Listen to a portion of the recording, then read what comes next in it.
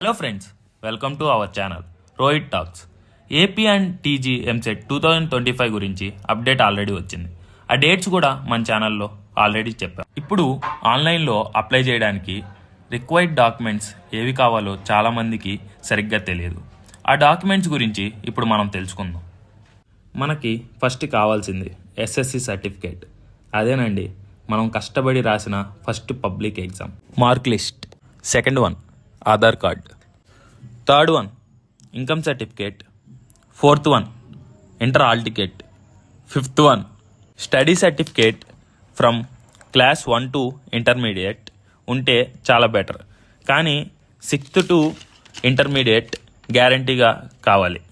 ఒకవేళ మీ దగ్గర study certificates లేకపోతే గబానా మీ స్కూల్స్కి వెళ్ళి అవి తీసుకోండి, ఎందుకంటే ఇవి కౌన్సిలింగ్లో కూడా ఉపయోగపడతాయి.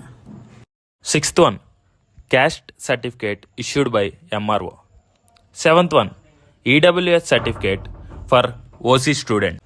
8th one ration card.